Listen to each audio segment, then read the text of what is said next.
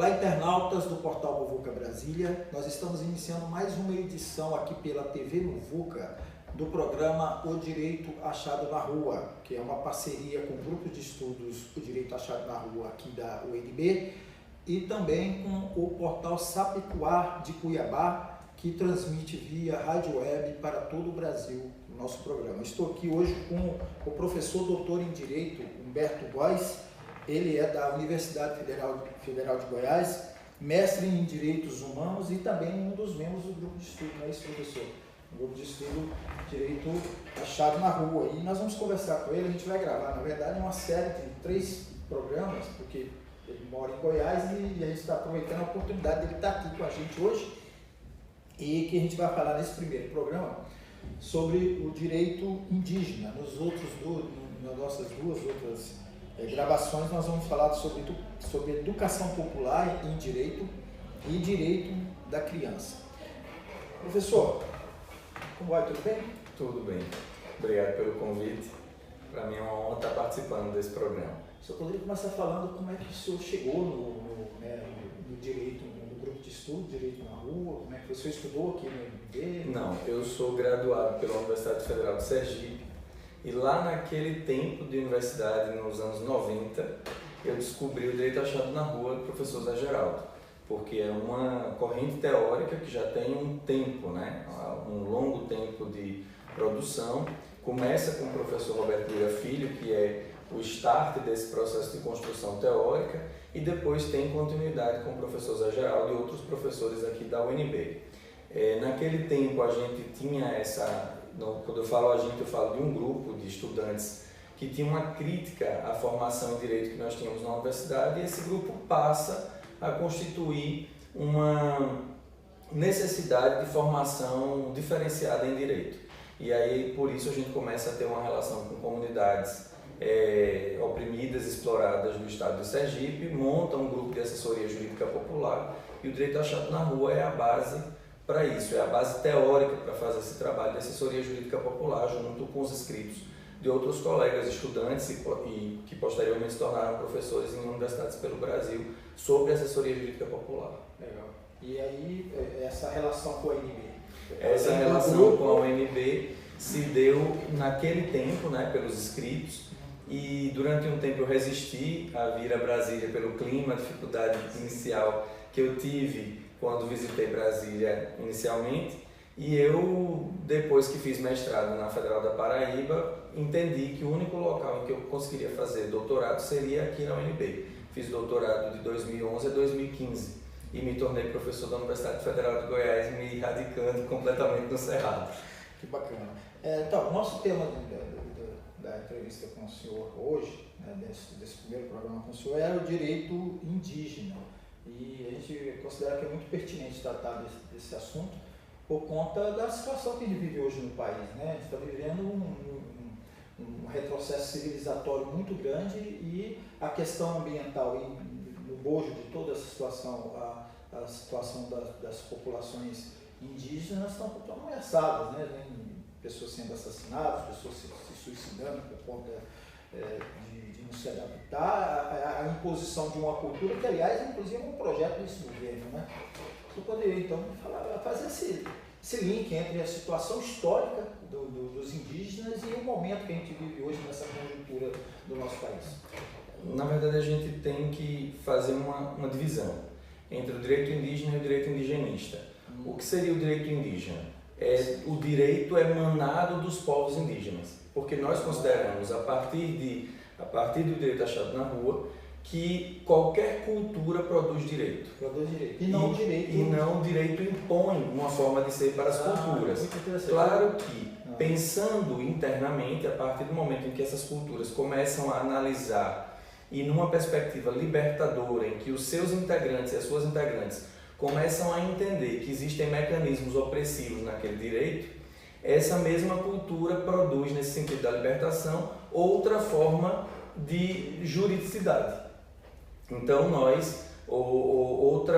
gente entende que a cultura, que são as relações políticas, as relações humanas em geral, mas sobretudo essa pretensão libertadora que gera direito, é a fonte jurígena. é a vontade de libertação. Aliás, essa é a essência do direito à chave na boca. Exatamente, essa perspectiva.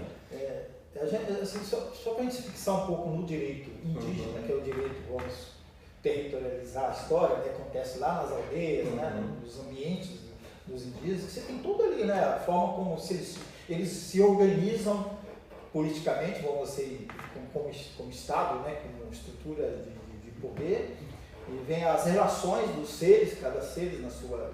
Né, e a coisa que é muito interessante é a relação com a natureza, né, que é uma outra forma. Né? Porque os indígenas têm uma cosmogonia, ou seja, uma forma de enxergar o mundo que compreende, que concebe uma forma de juridicidade.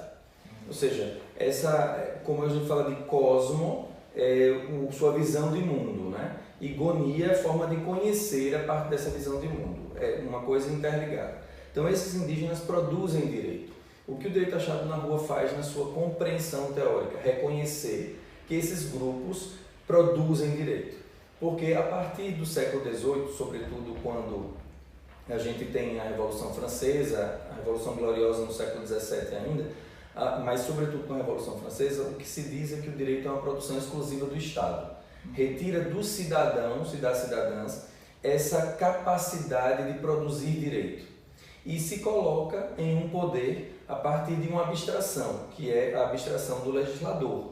Então, o legislador, esse sujeito sem cara, esse sujeito desinteressado, entre aspas, neutro, que na realidade não é, porque em geral o legislador, e sobretudo pelas nossas situações históricas, o legislador se repete, tem uma cara. Em geral é um homem branco, dono de terras, ou que está envolvido com o controle econômico do Estado. Então esse Estado serve a grupos específicos. Quando a gente fala em retomar a capacidade de produção jurídica, a gente está dizendo que todos os sujeitos são capazes de produzir direito. E esses sujeitos produzem, em geral, coletivamente, porque não se produz sozinho, uma vez que o direito é produto de uma luta pela libertação. Portanto, existe direito até contra a lei. Então, quando você está num processo ditatorial, por exemplo, um processo de violação de direitos, o que seria o direito? Exatamente o contrário disso. Mesmo que essa violação esteja prevista em lei, nós entendemos que o direito vinculado a essa perspectiva libertadora não está adstrito à lei. Então existe direito contra a lei, além da lei e até na lei, porque há legislações que reconhecem direitos. Por exemplo, o Estatuto da Criança, a Constituição de 88, o Estatuto das Cidades, o Estatuto da Igualdade Racial, em alguma medida, porque eu também considero que ela vem numa direção do Estado Penal, a Lei Maria da Penha, o Estatuto do Idoso, enfim, são leis que nós consideramos que são leis que expressam o direito na sua autenticidade, né? Quando a gente fala, voltando à perspectiva da separação entre direito indígena e direito indigenista, que na realidade nós que não somos indígenas tendemos a fazer direito indigenista, ou seja, discutir o direito dos povos indígenas de sobreviverem, de lutarem por sua cultura, de se manterem no seu habitat, de preservar aquele espaço, a gente está tratando de forma externa de uma maneira de proteção a partir da nossa cosmogonia, da cosmogonia não indígena, que aí eu não poderia dizer que é ocidental, porque eu não sei se nós brasileiros somos ocidentais ou ocidentalizados. Exatamente. Porque nós somos um país de dependência filosófica, política, sociocultural, jurídica, em termos teóricos, né? Então é preciso pensar que nós não necessariamente fazemos direito indígena, nós fazemos uma análise indigenista a partir da nossa perspectiva também pretensamente ocidental, mas que nós somos ocidentalizados. A gente assume certas concepções filosóficas do Ocidente, mas efetivamente nós não somos, tanto que agora nós estamos percebendo o que somos, né? Que está vindo à tona toda essa perspectiva obscurantista, de violação de direitos, de negação da condição humana para certos segmentos da população, e os indígenas e as indígenas são um segmento dessa população, se a gente considerar a população brasileira como um todo, mas são povos que estão na mira desse obscurantismo e dessa nova moral conservadora que nós percebemos se instaurando no Brasil, ou revelando que o Brasil nunca deixou, nunca superou, nunca deixou passar. O homem cordial O brasileiro, na verdade, ele é um mito, né? Não existiu. Mas, professor, eu queria aprofundar um pouquinho mais nessa divisão, nessa diferença entre o direito indígena e o direito indigenista, mas também, ainda pegando dentro da questão da conjuntura, o que é esse obscurantismo que o senhor acabou de mencionar, e que aí tem a questão da demarcação das terras, da saúde indígena que está sendo retirada, da demarcação que, na verdade, está sendo também interrompida, mas também se avança sobre esses temas com projetos de exploração econômica, de extração de minérios, de madeiras, enfim. A questão da Amazônia que impacta muito, porque boa parte dos povos indígenas estão na Amazônia, as reservas principais estão na nossa Amazônia. Enfim, o que este momento ele impacta no direito indígena e no direito indigenista, e em que ponto esses dois podem produzir reações contra esse obscurantismo.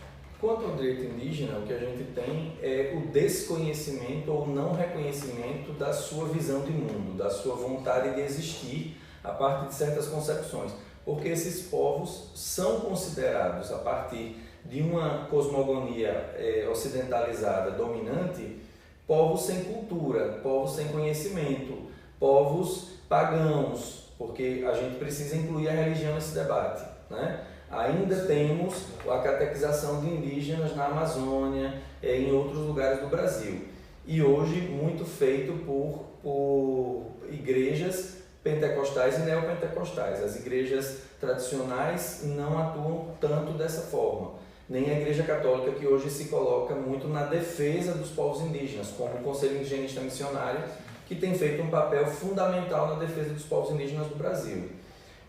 No entanto, o que a gente percebe é que esses povos não têm o reconhecimento da sua dignidade, da sua condição de sujeito, a primeira coisa, e aí isso reflete, por exemplo, na incapacidade que os tribunais atribuem aos índios de não se representarem, sua própria identidade nos processos judiciais, de representarem sua cultura, de representarem seus interesses nos processos judiciais. Isso tem sido modificado. Recentemente, o Supremo Tribunal Federal reconheceu a necessidade de os indígenas integrarem, a partir da Constituição de 88, integrarem como parte legítima os processos, o que seria o que geraria a anulação de tudo o que foi feito até hoje na discussão sobre os direitos dos indígenas a partir da nossa concepção não indígena, né, nos tribunais, no parlamento, etc. E ao mesmo tempo que a gente percebe, dentro desse desconhecimento ou desse não reconhecimento da sua condição de sujeito, é que o que eles produzem não importa, né? Tirando a indústria farmacêutica, evidentemente, que usa e abusa dos conhecimentos indígenas e da indústria de cosméticos para produzir produtos para vender para as pessoas. O resto a gente não conhece, porque é como se não valesse a pena conhecer aquilo que os indígenas conhecem. Do ponto de vista do direito indigenista, o que a gente tem é um ataque cotidiano no parlamento brasileiro contra o direito dos povos indígenas. Essa noite a gente conseguiu, pelo menos, anular um pouco no Congresso Nacional os impactos que foi a retirada de uma parte daquilo que estava sendo previsto para a PEC 183, se não me engano o número é esse, que interferia aí de várias maneiras nos povos indígenas. Conseguiu retirar uma parte disso, desse texto, que era altamente invasivo, permitia a extração mineral nas terras indígenas, uma série de coisas. A gente tem uma outra PEC que está tramitando há algum tempo já, que é da transferência da FUNAI, da responsabilidade de demarcação da FUNAI para o parlamento, etc. Então, o tempo inteiro, os tribunais, o parlamento, o executivo têm atacado os povos indígenas. E esse ataque é também uma perspectiva de que o que eles são atrapalha o desenvolvimento. A sua maneira de pensar, que está muito relacionada à preservação, porque na cosmogonia indígena ele não se separa do ambiente em que ele vive, ele é parte daquele mundo, porque aquele mundo é o que constitui e revela o ser dele.